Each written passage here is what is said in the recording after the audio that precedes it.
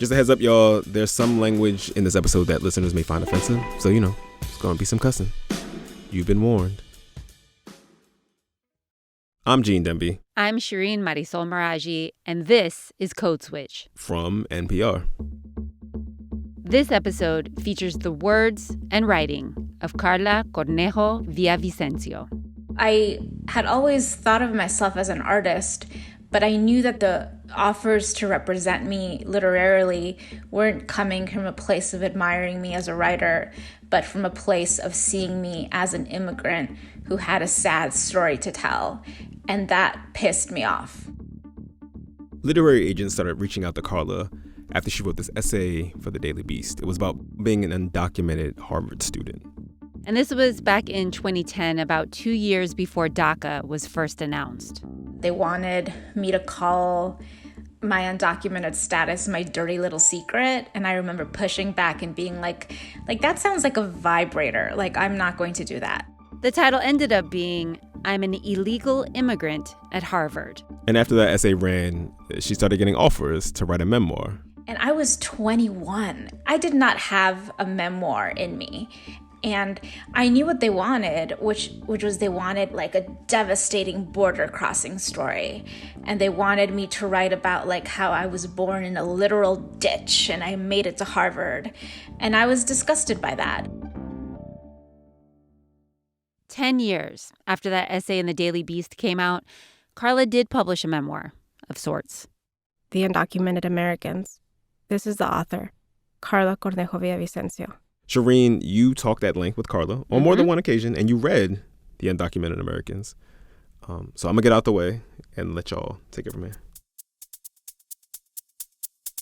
The impetus for writing The Undocumented Americans was the election of Donald Trump, mixed with Karla's absolute refusal to be the new poster child for the American dream. A young, undocumented immigrant from Ecuador who goes to Harvard, then Yale, gets DACA, becomes a well-known writer. The American dream is a pyramid scheme, and we are at the bottom. And I am someone who is one of the top sellers at Mary Kay because I am recruiting so many people, and I just need to warn them that they need to take care of their mental health because that is going to be the casualty and the price they pay for the American dream. In The Undocumented Americans, Karla profiles people who've paid a steep price for the so-called American dream, including herself. She writes about her own struggles with mental illness, and she weaves stories from her life with reporting and narratives of undocumented people she meets in 5 different cities: New York, where she's from, Flint, Miami, Cleveland, and New Haven. Their names have been changed, and perhaps their stories have been changed a bit too. Karla leaves it up to the reader to decide what's fact, what's fiction, and if it even matters. The Undocumented Americans will make some of you uncomfortable. Maybe you won't like it. I didn't write it for you to like it. And I did not set out to write anything inspirational, which is why there are no stories of dreamers. They're commendable young people, and I truly owe them my life, but they occupy outsized attention in our politics. I wanted to tell the stories of people who work as day laborers, housekeepers, construction workers, dog walkers, delivery men, people who don't inspire hashtags or t-shirts, but I wanted to learn about them as the weirdos we all are outside of our jobs.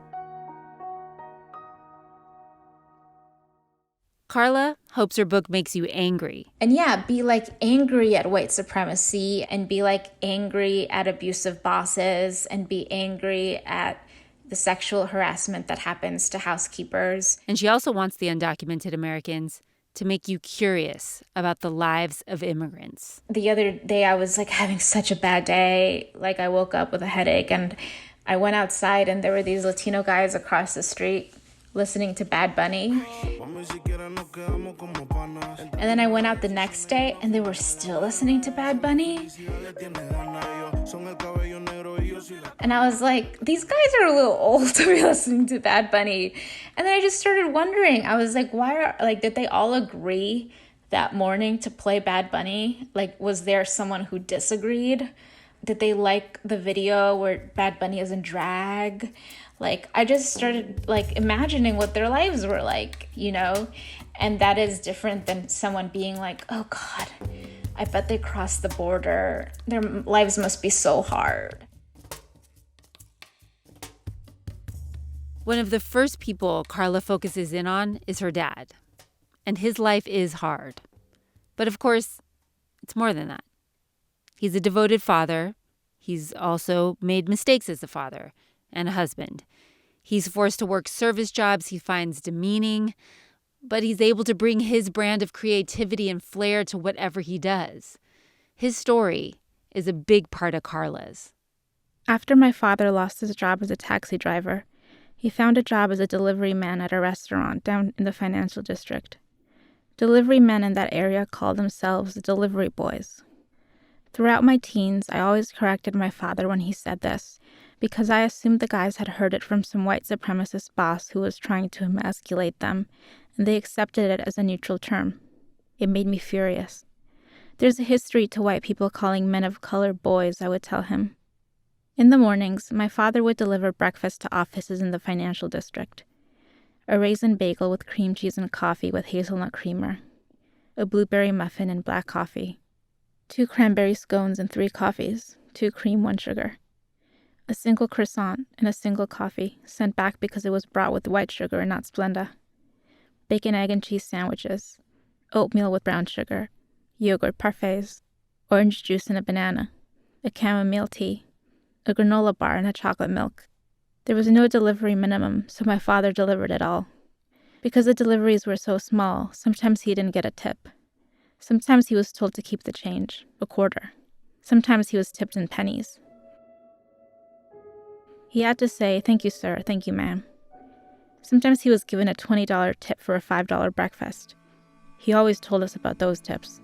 They were usually from Puerto Rican executive assistants who talked to him in Spanish and asked to see photos of me, so good and studious, bangs cut right above my eyebrows. My father complimented their nails and asked to see photos of their babies. Sometimes the delivery men carried catering orders. Those would sometimes involve 2 delivery men, but that wasn't ideal because they had to split the tip. You never wanted to split the tip. The delivery orders were large, but you can carry a lot with 2 hands if you really try. The breakfast catering orders were usually an assortment of scones, croissants, muffins, and bagels. You couldn't eat one yourself, though. The boss always knew if you ate one. If you needed a water, you had to go up to the cash register and buy the water. There was no discount. Sometimes the older men needed a Red Bull, but the boss put up security cameras in the kitchen area so he could tell if you had a Red Bull. He wouldn't even charge you for it if you had one. He'd just fire you. Do you think I need you? I don't even need to put an ad in the newspaper for this job. There are 20 Mexicans who line up for your job. You think I'm going to spot you a Red Bull? My father is an aesthete. Everyone wanted him for the catering orders because he'd do beautiful designs with the scones and the muffins. Like topiary shit. He sometimes had to write labels on heavy stock printer paper, and he'd use his fanciest script. He taught himself calligraphy, like he taught himself everything, and everyone would go, "Wow, you're so talented." They always made him write the words on cakes. Beautiful fucking handwriting. He'd come home glowing if they complimented his handwriting. My cursive was beautiful for a long time until I started taking lithium, and then my hand shook bad. My dad was so sad.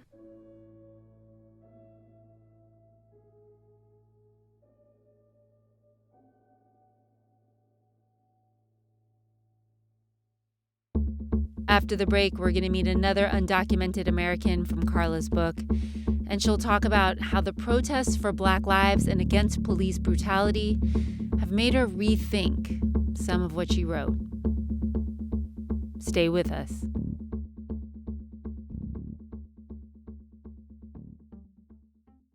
Support for this podcast and the following message come from HelloFresh. Get fresh, pre-measured ingredients and seasonal recipes delivered right to your door with the meal kit delivery service HelloFresh. Make home cooking fun, easy, and affordable. There's something for everyone, including low-calorie, vegetarian, and family-friendly recipes. Listeners can go to hellofresh.com/codeswitch60 and use code SWITCH60 to get $60 off 3 weeks, including free shipping on the first box. Additional restrictions apply.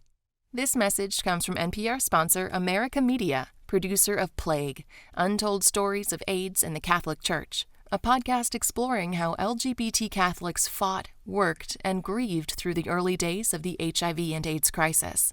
The New York Times says Plague complicates the conventional wisdom that views the AIDS crisis as a clash between a community dying from an epidemic and the religious institution that turned its back. Subscribe and listen to Plague, available wherever you listen to podcasts.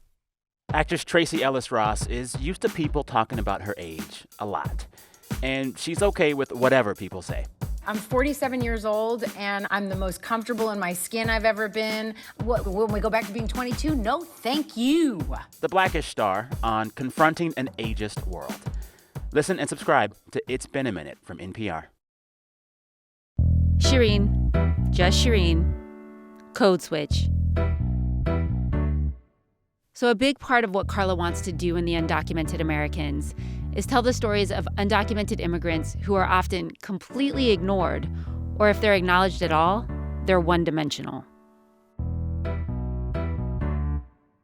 For many years, when I have heard nice people try to be respectful about describing undocumented people, I've heard them call us undocumented workers as a euphemism, as if there was something uncouth about being just an undocumented person standing with your hands clasped together or at your sides. I almost wish they'd called us something rude like crazy fucking Mexicans, because that's acknowledging something about us beyond our youthfulness. We're crazy, we're Mexican, we're clearly unwanted. But to describe all of us, men, women, children, locally Instagram famous teens, queer puppeteers, all of us, as workers in order to make us palatable, my God. We were brown bodies made to labor, faces pixelated. Undocumented workers with sad, sad stories. Oh God, their lives are so hard. It must be so hard to be from that place.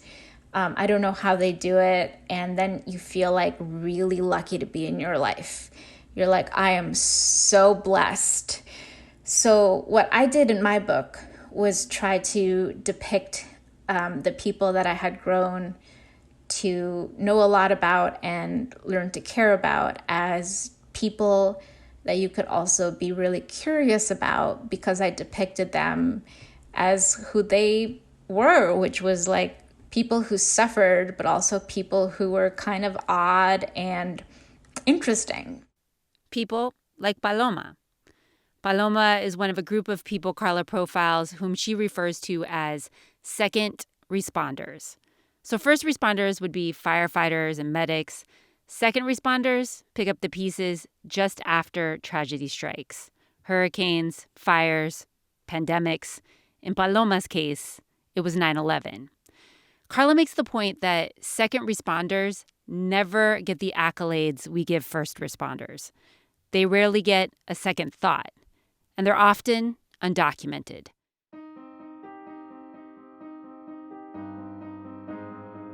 Paloma cleaned the office buildings around Ground Zero after the towers fell.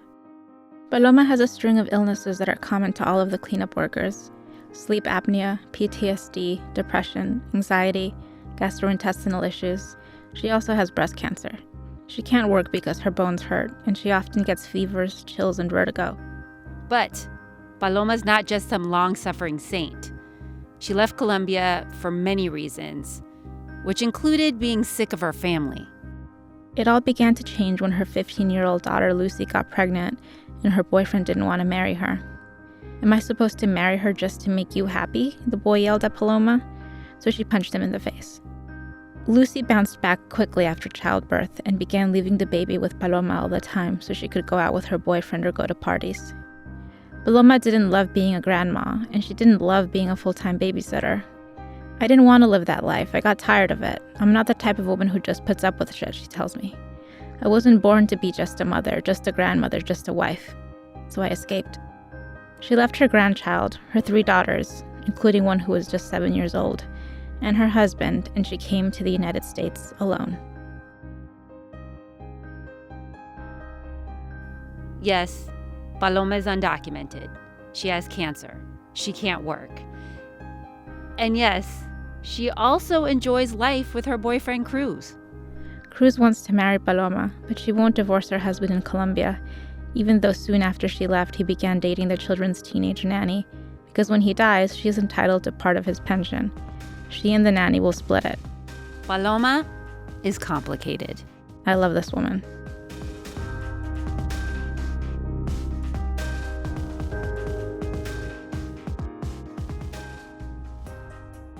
So I think it's clear by now that Karla wants more from her readers than to passively consume her writing. She wants us to think and sit in our discomfort. But she doesn't expect something of her readers that she's unwilling to do herself. So everything you heard up until this point was from a long interview I did with Karla before people took to the streets to protest police brutality and anti-Blackness. Her and I talked recently, and she mentioned wishing she could rewrite parts of the book with this moment in mind. Before visiting Staten Island, I'd never met a day laborer. Especially the first chapter, where she profiles day laborers in Staten Island. To me, a city girl who knew undocumented men, mostly as restaurant workers, day laborers seemed like an almost mythical archetype. Karla meets the day laborers she writes about at a worker center called Colectiva Por Fin. And it was important for her to profile them because even for her, someone who understands the reality of being undocumented in America, this group was largely ignored and misunderstood.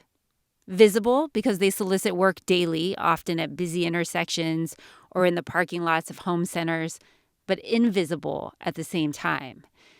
There's a scene in her book where she goes to a monthly meeting at the center. Tonight, about 50 men end up gathering in the room, plus a couple of women, including a young white female pastor who works for Project Hospitality, the parent nonprofit. The executive director of Colectiva Por Fin is here, an Argentine man named Simón Torres. He is new, and the men are still making up their minds about him. There are 2 African-American day laborers at the meeting and an older white man with a shock of white hair and a mustache. Karla doesn't talk to the 2 black men in the room. That's one of her regrets. Being that day laboring is seen as a largely Latinx, largely Mexican way of making a living, like how does that impact the way they look at themselves and their lives? And let's not just romanticize a moment of unity when there's probably some complications here. There's probably conflict and just complexity here. There's a second thing in the Staten Island chapter she'd change. I am open about the fact that as a New Yorker who grew up in Brooklyn and Queens, the only time Staten Island came up in the news is when they talked about Republicans doing weird shit in Staten Island and also hate crimes. And the hate crimes were Black against Latino. Staten Island is the city's most conservative borough, pretty reliably Republican, the only borough in New York City to go for Donald Trump in the 2016 presidential election. It's also the borough where Eric Garner was killed in a chokehold at the hands of NYPD officer Daniel Pantaleo. A Staten Island grand jury declined to indict Pantaleo for murder. I learned about all of this later, but the first time Staten Island really entered my consciousness was when there were news reports about hate crimes against Latinx people when I was a kid. This was the only context in which Staten Island was mentioned on Spanish nightly news. Mexican immigrants as victims of hate crimes at the hands of young Black men, a cruel reminder of the rift between our communities. Karla told me if she could do it over, she would not have left that point dangling. She would have interviewed organizers in both the Black and Latinx communities in Staten Island to see if anything was being done to address the rift. And the third thing Karla wishes she could go back and redo. I think in the chapter where I talk about, Haitians and their experiences, after TPS was going to be pulled from them, I would have specifically asked them about their Blackness, which was a failure on my part not to do. Along with calling herself out, Karla called out Latinx influencers and media folks on Twitter and other social media platforms. She says the constant tweeting and finger-wagging about how anti-Black the Latinx community is, without getting specific, does more harm than good. What about the Latinx undocumented people who do get it and understand the connections? The violence they suffer from ICE, like the beatings, they know that happens at the hands of the police to Black people too. They feel a solidarity. And so I feel like elite Latinos on Twitter are running their mouths. And I feel like what that's causing is more division between our communities.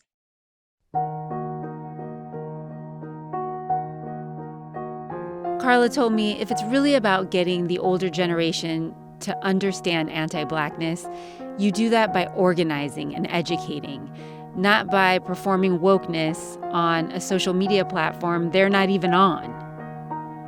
So do the work. You know, the Undocumented Americans, it's this bold reminder of how we erase the vibrant and complicated lives of undocumented people. One way of doing that is by only referring to them as workers. And I really feel like Karla is demanding that her readers, those of us who have the privilege of being seen as more than that, she's demanding that we start putting in the work.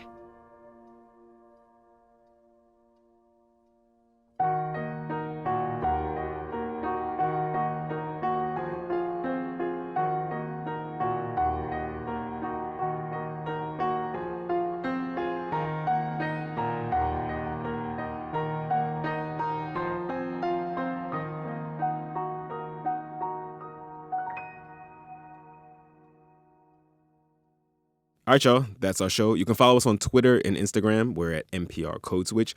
And subscribe to the newsletter by going to npr.org/newsletters. Shireen, did you ask Karla if there was any music right now that was giving her life? Of course I did, Jean. And she told me her psychiatrist asked her when was the last time she felt okay.